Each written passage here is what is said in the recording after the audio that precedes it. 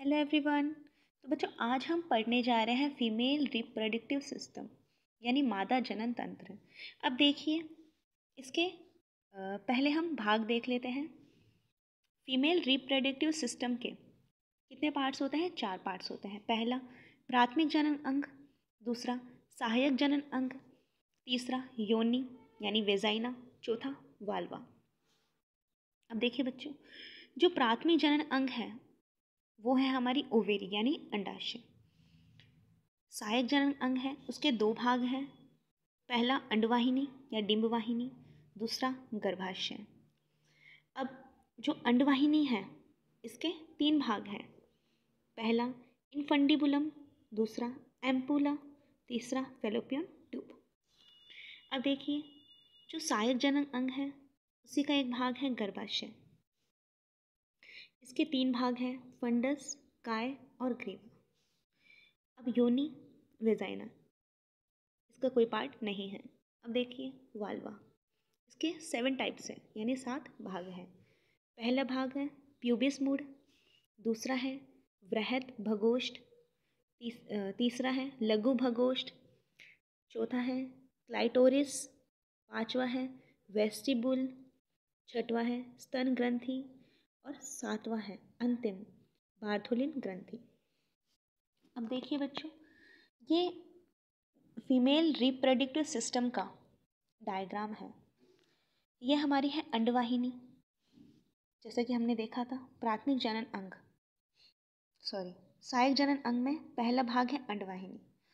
और अंडवाहिनी पर एक कीपनुमा संरचना पाई जाती है जो है मध्य भाग, और इसका अंतिम भाग एक झालरी के समान संरचना पाई जाती है जिसे हम कहते हैं फीमरी। क्या कहते हैं? फीमरी। अब देखिए ये हमारा गर्भाशय है। इसके कितने भाग बताए थे मैंने? 3, फंडस, काय और ग्रीवा।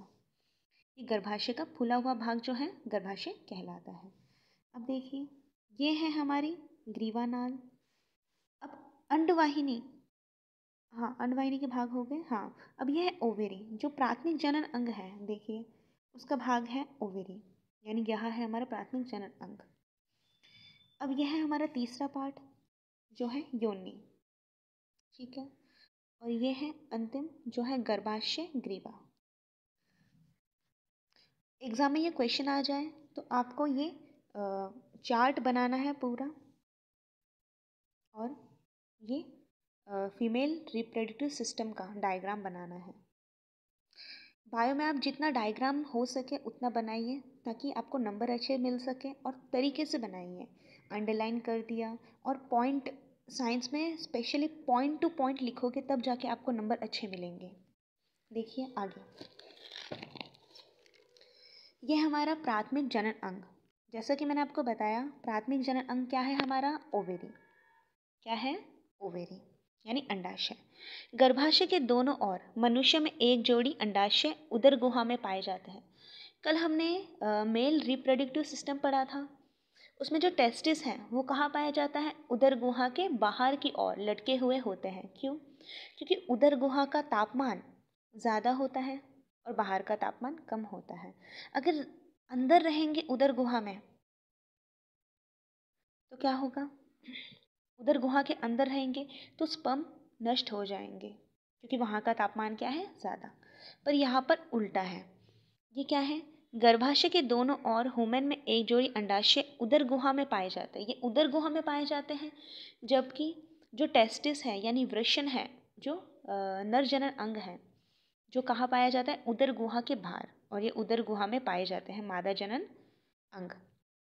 अब देखिए अंडाशय कहाँ पाया जाता है? उदर गुहा के अंदर। मनुष्य में 2 से 4 सेंटीमीटर लंबे होते हैं। कितने लंबे होते हैं? 2 से 4 सेंटीमीटर लंबे होते हैं। ये तंतु के द्वारा गर्भाशय से जुड़े होते हैं।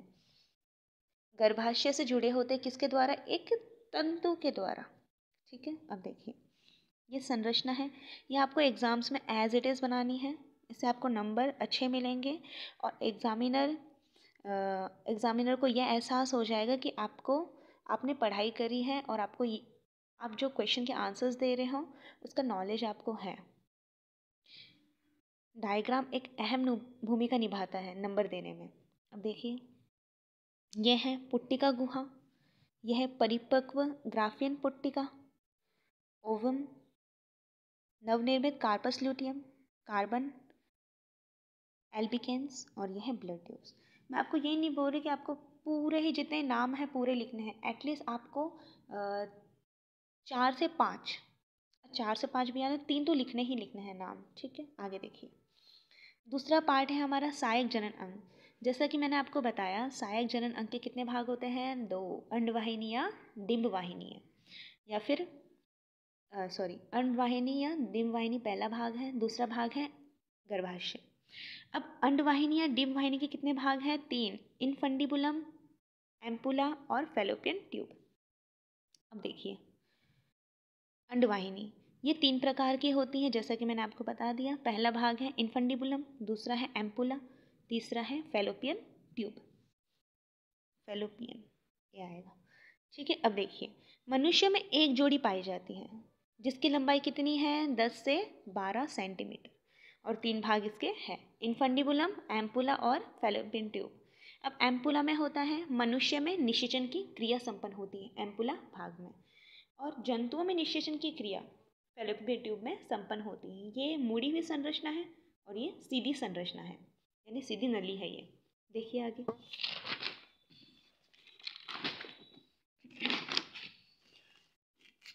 अब हम देखेंगे इनफंडिबुलम के बारे में। सीधी सी बात है, पहला भाग है तो क्या है? अग्रभाग है, पहला भाग है ये, और कैसा है? कीपनुमा है। आप कह सकते हो ये एंडवाहिनी का प्रथम भाग है, अग्रभाग है या प्रथम भाग है। इसके किनारों पर उंगली के समान, जैसा कि मैंने आपको बताया, देखिए यहाँ इसके किनारों पर उंगली के समान झालदार संरचना पाई जाती है, जिसे हम क्या कहते हैं? फीमरी। देखिए, इसके किनारों पर उंगली के समान झालदार प्रवध या संरचना पाई जाती है, जिसे हम क्या कहते हैं? फीमरी। इस कीप का मुख कहाँ खुलता है? ओस्टियम में खुलता है, यानी इसका जो मुंह है वो ओस्टियम कहलाता है। रटने की जरूरत नहीं, आपको समझना है सिर्फ। दूसरा देखिए, एम्पुला। जैसा कि मैंने आपको बताया, यह क्या है? मुड़ा हुआ पार्ट है, यानी मुड़ी हुई संरचना है। मनुष्य में इस भाग में निषेचन संपन्न होता है, यानी फर्टिलाइजेशन संपन्न होता है, ठीक है। आगे देखिए, फैलोपियन ट्यूब, या इसे हम स्तमस भी कहते हैं। जैसा कि मैंने आपको बताया, ये सीधा नलीनुमा भाग है, ट्यूब यानी नली है, ठीक है, जो पीछे की ओर गर्भाशय से जुड़ती है। लास्ट है तो कहाँ जुड़ेगी? गर्भाशय से जुड़ेगी। क्यों? क्योंकि इसके बाद किसका नंबर आने वाला है? गर्भाशय से, तो सीधी सी बात है, गर्भाशय से जुड़ेगी। फैलोपियन ट्यूब को हम क्या कहेंगे? फर्टिलाइजेशन ट्यूब या निषेचन नलिका, क्योंकि इसमें क्या हो रहा है? प्राणियों में या जंतुओं में निषेचन की क्रिया संपन्न हो रही है। देखिए, निषेचन नलिका भी कहते हैं क्योंकि कुछ जंतुओं में इसी भाग में निषेचन संपन्न होता है, और ये कैसा है? संकुचनशील, यानी अगर हम इसे प्रेस करेंगे तो ये पतला हो जाएगा, संकुचित हो जाएगा, ठीक है। देखिए, रटने की जरूरत नहीं है, सीधा नलिकाकार भाग है। पीछे किससे जुड़ेगा? इसके बाद किसका नंबर है? गर्भाशय का नंबर है, तो किससे जुड़ेगा? गर्भाशय में। और इसमें क्या है? कुछ जंतुओं में क्या है? कुछ जंतुओं में क्या है? फर्टिलाइजेशन की क्रिया संपन्न होती है या निषेचन की क्रिया संपन्न होती है, इसलिए हम इसे क्या कहेंगे? निषेचन नलिका या फर्टिलाइजेशन ट्यूब भी कहेंगे। और ये कैसी है? संकोचनशील है। आगे देखिए, गर्भाशय। जैसा कि मैंने आपको बताया, गर्भाशय के कितने भाग हैं? 3, फंडस, काय और ग्रीवा। नाशपाती के आकार का खोखला भाग है। देखिए, यहाँ फुला हुआ भाग है ना ये, और ये कैसा है? खोखला। कैसा है? खोखला। देखिए, पहला है तो क्या हुआ? आगे वाला भाग, ठीक है। तो आप ऐसे लिख सकते हो, ये गर्भाशय का प्रथम भाग है या अग्रभाग है, और कैसा है? गुंबद नुमा है। कैसा है? गुंबद नुमा। कैसा? फूला हुआ भाग है, ठीक है। देखिए आगे, अब ये क्या है? गर्भाशय का बीच वाला ही तो होगा, ये काय क्या है? बीच वाला भाग है, ठीक है। और सबसे अंतिम भाग है जो क्या करेगा? निचला भाग है या अंतिम भाग है। रटने की जरूरत नहीं है, समझना है। अब इसमें क्या है? 3 भित्तियाँ भी पाई जाती हैं। देखिए, पहली एंडोमेट्रियम, दूसरा मायोमेट्रियम, तीसरा पेरीमेट्रियम। बस इतना ही लिखना है। अब देखिए, तीसरा क्या है? वेजाइना, यानी योनि। अब देखिए, गर्भाशय ग्रीवा निचली पेशीय झिल्लीनुमा नलिकाकार संरचना होती है। कैसी होती है? नलिकाकार संरचना होती है, लचीली होती है, लचीली पेशियाँ, ठीक है। वेजाइना में लैक्टोब्रेसिलाई, कौन सा? लैक्टोब्रेसिलाई बैक्टीरिया पाया जाता है। वेजाइना में कौन सा बैक्टीरिया पाया जाता है? लैक्टोब्रेसिलाई, लैक्टोब्रेसिलाई जीवाणु पाया जाता है, जो श्लेष्मा का स्त्रावण करता है, यानी श्लेष्मा का किण्वन, श्लेष्मा को तोड़ेगा, किण्वन कर उसे अम्लीय बना देता है, जो क्या करेगा? संक्रमण से सुरक्षा करेगा, ठीक है। यानी एक चिपचिपा पदार्थ का स्त्रावण करता है। देखिए आगे, जहाँ वेजाइना खुलती है वह भाग क्या कहलाता है? म्यूकस। वेजाइना किस भाग में खुलती है? म्यूकस भाग में खुलती है। म्यूकस की पतली झिल्ली द्वारा ढका हुआ होता है। देखिए, जहाँ वेजाइना खुलती है वह भाग म्यूकस की, जहाँ वेजाइना खुलेगी वो भाग म्यूकस की पतली झिल्ली द्वारा ढका हुआ रहता है। इस भाग को हम योनिछन, योनिछन कहते हैं, सॉरी म्यूकस नहीं कहेंगे, योनिछन कहेंगे। और ये जो भाग जहाँ खुलेगा ना, योनिछन भाग, ये म्यूकस की पतली झिल्ली से ढका हुआ होगा। यानी वेजाइना कहाँ खुलेगी? योनिछन में खुलेगी, और ये जो भाग है वो म्यूकस की पतली झिल्लियों के द्वारा ढका हुआ होगा। अब हमारा लास्ट पार्ट है जो है वाल्वा।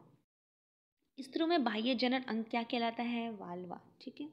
अब इसके कितने पार्ट्स हैं? 7 पार्ट्स हैं। पहला म्यूकस मूड, दूसरा वृहद भगोष्ठ, फिर तीसरा लघु भगोष्ठ, वृहद यानी बड़ा, ये होठ, बड़े होठ के समान संरचना होगी, ठीक है, ओष्ठ के समान। ये क्या होंगे? इसमें वलन पाए जाएंगे।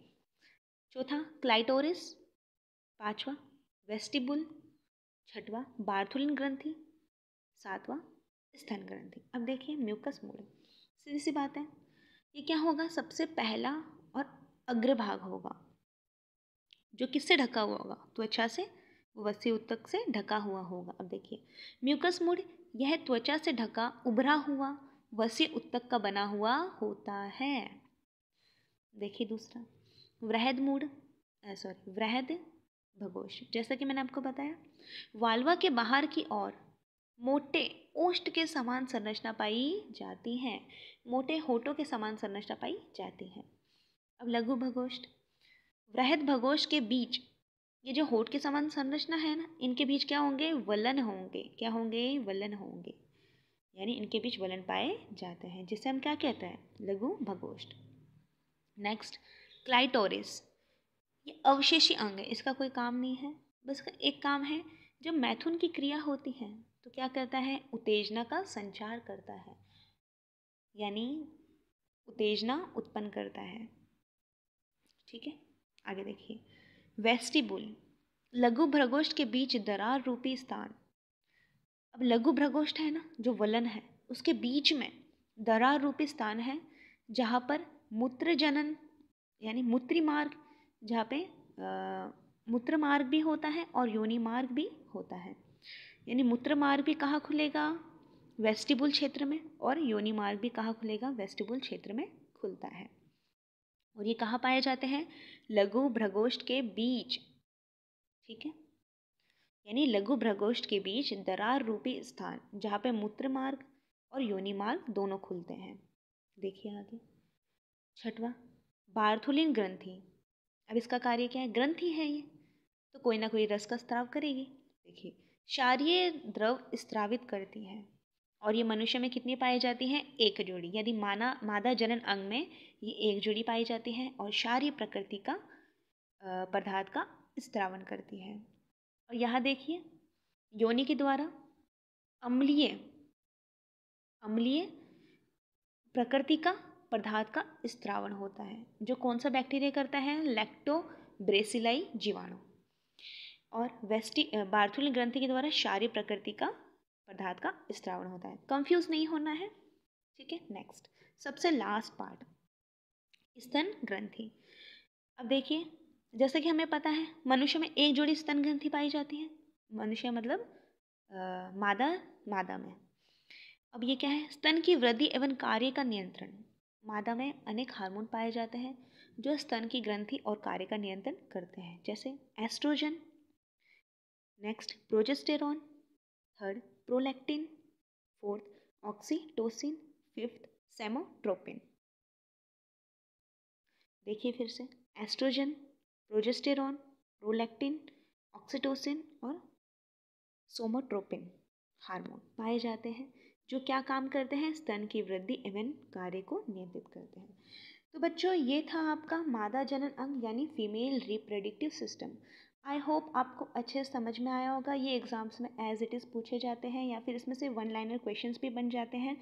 मैंने आपको पूरा कंप्लीट करवा दिया है बच्चों, आपको रटना बिल्कुल नहीं है, आपको सिर्फ समझना है।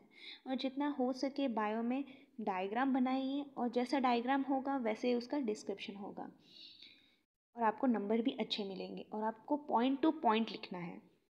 और जैसा कि मैंने आपको बताया है, देखिए यहाँ इस तरह की सारणी आप बनाओगे तो बहुत अच्छा होगा। इससे एग्जामिनर को समझ में आएगा कि हाँ, और सुंदर भी लगेगा। और जितना हो सके, मैं ये नहीं कह रही आपकी हैंडराइटिंग अच्छी होनी चाहिए, जैसे आपकी हैंडराइटिंग है ठीक है, कोई दिक्कत नहीं, बस खुला खुला लिखिए, बस एग्जामिनर को अच्छे से समझ में आना चाहिए, और थोड़ा साफ सुथरा लिखिए। आई होप आपको आपको अच्छे से समझ में आया होगा। अगर आप ये चाहते हो कि मैं और भी ऐसी स्टडी मटेरियल आपको प्रोवाइड कराऊँ जो आपके एग्ज़ाम्स के लिए हेल्पफुल हो, तो आप प्लीज़ कमेंट करके मुझे ज़रूर बताइएगा, और प्लीज़ लाइक और शेयर और सब्सक्राइब ज़रूर कीजिएगा। इस चीज़ से मुझे हौसला ज़रूर मिलेगा, और मैं और मेहनत करूँगी और आपको अच्छे से अच्छा मैटर प्रोवाइड करूँगी। Thank you.